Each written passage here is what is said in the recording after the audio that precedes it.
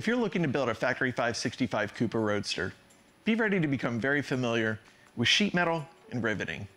Today, we'll show you how we prepped and installed some of the panels on our 65 build, the tools that we found helpful, and I'll tell you a little bit about these in this episode of Walton Racing.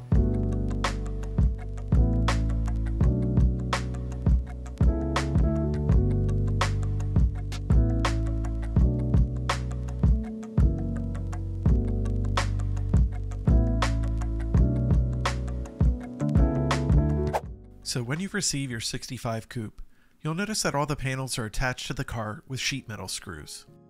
Be sure to hang on to those, as you might find them helpful with mock-up later in the build. While the panels are still attached, mark where they contact the chassis and identify where it's too tight to drill or install a rivet. You'll be removing all these panels at the start of the project, so it's a good time to ID each panel to help when it's time to put these all back on. Save yourself the headache and do this now.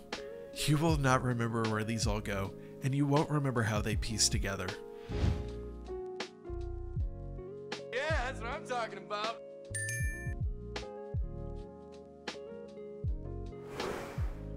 So what are some of the tools that are needed to do all this panel work?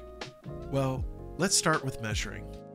A couple of permanent markers, a ruler or long straight edge, and this handy rivet spacing tool that Factory 5 provides as part of your kit. You'll see this tool has 2-inch and 3-inch spacing. The 3-inch spacing is suggested for panel to chassis mounting, and the 2-inch for panel to panel mounting. You'll see that we cut ours down to help with marking in tighter areas. You could also purchase a rivet fan spacing tool if you want to easily create your own custom spacing. We haven't found the need for one so far, but some people really love working with them, so that's something to consider. Once a panel has all the chassis contact points marked, it's time to lay out the rivet spacing. I used a different colored permanent marker to easily identify the lines where the rivet holes will be drilled.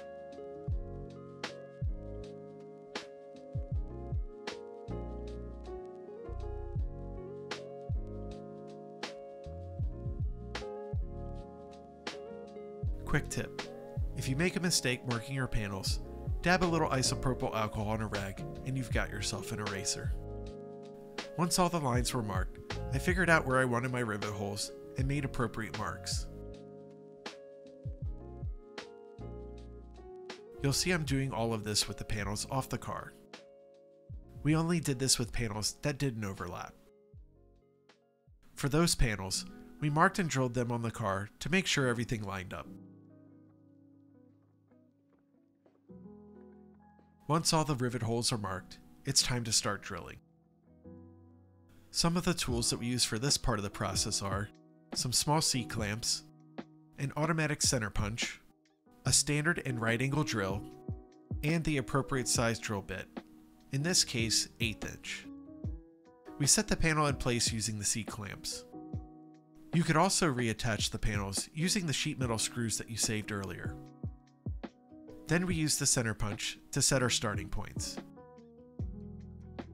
This is a helpful step, as it prevents the drill from walking on you when you're starting the hole. One of the tools we found very helpful was this funky looking spring that's attached to the drill bit.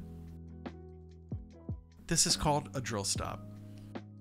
A drill stop does a couple of things. It helps reduce bit breakage by controlling the depth of the drilled hole, and it also cushions the drill motor on breakthrough, helping with wear and tear on your drill. There are some holes that you will not be able to make with a standard drill, so a right angle drill is something you may want to purchase or at least borrow.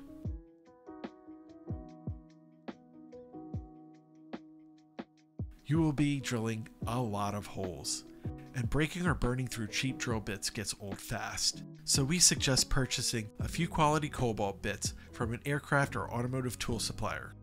We'll link all the tools we used in the video description. So you have your panels drilled, but what do you do if you're not ready to rivet them? Well, that's where Clecos come in handy. No, Tyler, not that Cleco. This Cleco. So, what is a cleco? Created in 1948 by the Cleveland Pneumatic Tool Company, the cleco was initially developed as a solution to the need for quick, reliable temporary fastening in aerospace and automotive manufacturing. To use a cleco fastener, you'll need a set of cleco pliers. This tool compresses the spring inside the fastener, causing the side tangs to extend. This reduces their width, allowing it to be inserted into a hole.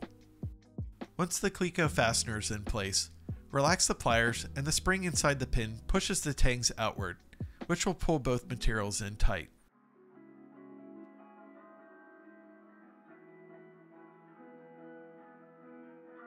To remove the fastener, hook the pliers back onto the cleco and compress the plunger again. This will cause the tangs to extend, so the fastener can be pulled out.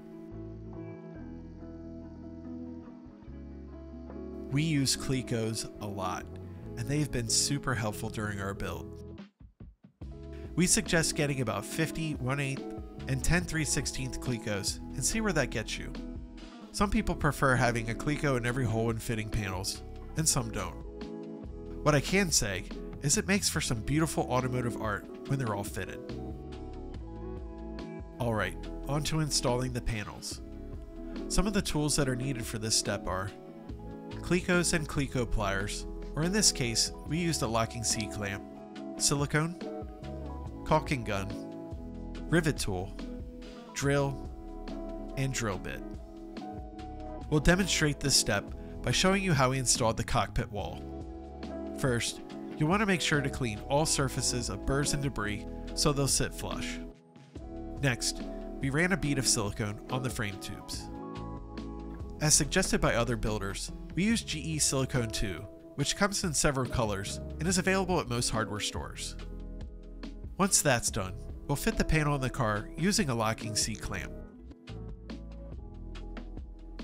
You may be asking, wait, why do you list the drill again? Didn't you already do that earlier? Well, sometimes you may find a rivet doesn't quite fit, and you may need to hit the hole again with the drill. Why didn't you just go home? That's your home! Are you too good for your home? Answer me! Once the rivet is seated, push the tool into the rivet and squeeze the trigger. The stem will break off and you'll have an installed rivet. We're all about Team Red, so you definitely know we're rocking the Milwaukee M12 rivet tool. We've seen many comments from past builders praising this tool, and with hundreds of rivets to install, we can easily see why. The 65 Coupe comes with standard 1/8 and 3/16 rivets, but you may also want to use what are called Rivnuts. So what is a Rivnut? Also known as a nutsert, a Rivnut is used to create a threaded insert into materials that are too thin or delicate to hold a threaded fastener on their own. To install a Rivnut, first we need to drill the appropriate size hole. These install differently than rivets, and will require a special Rivnut setter tool. You'll see Tyler screwing the Rivnut into the tool to get it ready for install. Next, he'll insert the Rivnut into the hole and squeeze the handles on the tool. This will compress the Rivnut against the material and set it in place. He'll unscrew the tool from the Rivnut and the install is complete. These are especially helpful when you want a panel that can be removed for maintenance, such as the top of the transmission tunnel, or in this instance, an access panel for the pedal box assembly. If you're wondering how we coated and sealed our panels, we'll have a future video to go over that process. So if you haven't already, please like, subscribe, and if you have some helpful tips and tricks on installing panels, please feel free to comment below. Thanks for watching, and we'll see you in the next one.